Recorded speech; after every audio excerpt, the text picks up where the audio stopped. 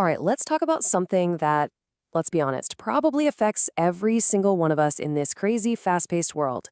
The hidden cost of being a way too focused on the future. I mean, really think about it. Do you ever get that feeling that you're just constantly living for what's next? For the weekend, for that next big promotion, for some future that just hasn't quite arrived yet. It's such a common feeling, right? This constant pressure to plan and prep for what's around the corner. And, there's a good reason we feel this way. Our whole culture is built on celebrating goals, innovation, and ambition. Looking ahead is basically seen as a superpower. But as we're about to find out, staring so hard at the horizon isn't always a good thing. It comes with a hidden price tag that can really mess with our well-being and even how we see the world. So let's dive right in. The material we're looking at today points to 4 really specific downsides that pop up when we get a little too obsessed with what's next. First up, we completely forget about the past. It's like when our eyes are glued to what's ahead, we don't even think to glance in the rearview mirror. This quote just nails it, doesn't it? The past isn't just a bunch of old stories. It's the actual foundation of everything that's happening right now. And when we start treating it like it's irrelevant, we're basically trying to build our future on quicksand. And the real-world results of this are, well, pretty significant. We end up with this really shallow view of the present, with no clue why things are the way they are.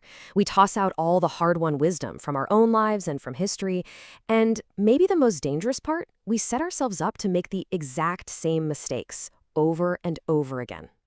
Okay, so let's move on to our second point, and you'll see how these things start to connect. This nonstop focus on the future doesn't just mess with our perspective, it takes a huge toll on our mental health. It leads straight into something we can call the burnout cycle.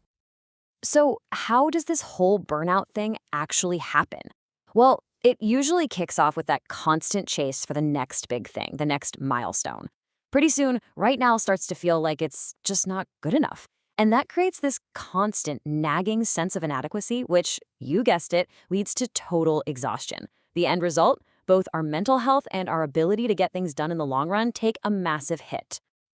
And this leads us perfectly into our third downside, which is a really critical difference to understand, the one between short-term gains and real, sustainable, long-term growth.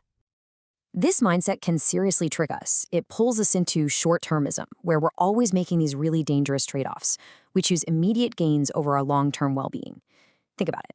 Sacrificing your health for a promotion, or a company chasing quarterly profits while risking its own future.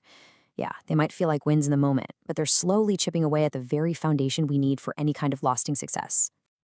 And finally, our fourth point, and honestly, this one might be the most personal and profound one of them all.